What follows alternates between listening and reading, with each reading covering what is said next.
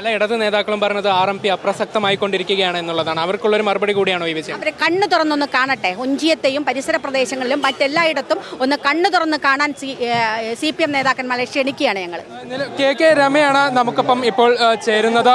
ഇപ്പോൾ ഇവിടെ ഒഞ്ചിയത്ത് ഉൾപ്പെടെ RMP തുടരുകയാണ്. എന്താണ് പറയാനുള്ളത്?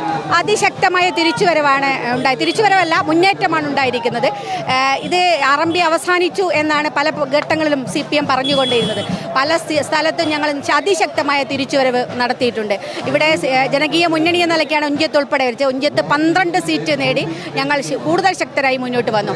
ഇവിടെ LDF സ്വന്തം ചിഹ്നത്തിൽ പോലും മത്സരിക്കാതെ സ്വതന്ത്ര ചിഹ്നത്തിൽ മത്സരിച്ചതാണ് നമുക്ക് കാണാൻ സാധിച്ചത്. രാഷ്ട്രീയം പറഞ്ഞത് ഈ തെരഞ്ഞെടുപ്പിൽ കാണാൻ സാധിച്ചില്ല. രാഷ്ട്രീയം പറയാൻ പോലും കഴിയാത്ത രൂപത്തിൽ LDF അധപ്പതിച്ചിരിക്കുന്നു എന്നതാണ് ഈ തെരഞ്ഞെടുപ്പ് കാണുന്ന ഒരു ചിത്രം.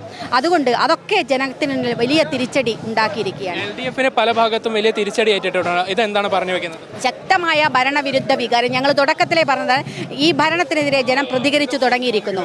ഈ അവസാനത്തെ പൊടിക്കൈകൾ പോലും ജനം ഏശില്ല. ജനങ്ങൾക്ക് ജീവിത പ്രശ്നങ്ങൾക്ക് വലിയ ദുരിതങ്ങളുണ്ട്, അതൊക്കെ വോട്ടായി മാറും എന്ന് പറഞ്ഞതാണ്. അത് അതേപോലെ സംഭവിച്ചു.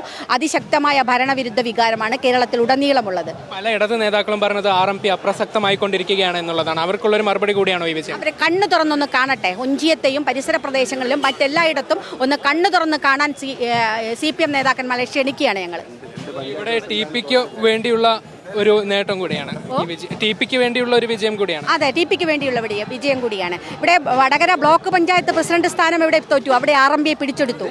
വടകര ബ്ലോക്ക് കഴിഞ്ഞ വർഷത്തെ വടകര ബ്ലോക്ക് പഞ്ചായത്ത് പ്രസിഡന്റ് ഇവിടെ തോറ്റു. ആ വാർഡിൽ RMP സ്ഥാനാർത്ഥി വിജയിച്ചിരിക്കുകയാണ്. പ്രസിഡന്റ് സ്ഥാനം ഇവിടുത്തെ ചോറോട് പഞ്ചായത്ത് പ്രസിഡന്റ് സ്ഥാനാർത്ഥി കൂടിയായിരുന്നു. അതൊക്കെ തിരിച്ചു പിടിക്കുന്നൊരു സാഹചര്യമുണ്ടായി. നിലവിൽ ഈ രാഹുൽ മാങ്കൂട്ടത്തിലിന്റെ കുറെ വിഷയങ്ങളൊക്കെ CPM ഉന്നയിച്ചിട്ടുണ്ടായിരുന്നു. അതൊന്നും തെരഞ്ഞെടുപ്പ് ഫലത്തെ തെരഞ്ഞെടുപ്പിൽ സ്വാധീനിച്ചിട്ടില്ല എന്നത് ആ വിഷയം അതേപോലെ നിൽക്കുന്നുണ്ട്. അതും ഇതുമായിട്ട് കൂട്ടിക്കെട്ടേണ്ടതില്ല എന്നതാണ് ഇവിടെ ഭരണത്തിനെതിരായിട്ടുള്ള വികാരമായിട്ടാണ് കാണുന്നത്. തീർച്ചയായും CPMന് ഭരണവിരുദ്ധ വികാരമാണ് CPMനേറ്റ ഈ തിരിച്ചടി എന്നുള്ളതാണ് KK രമ തന്നെ വ്യക്തമാക്കുന്നത്. ക്യാമറ പേഴ്സൺ ജിജീഷ് കേസിക്കൊപ്പം നന്ദഗോപാൽ, മീഡിയ 1 കോഴിക്കോട്.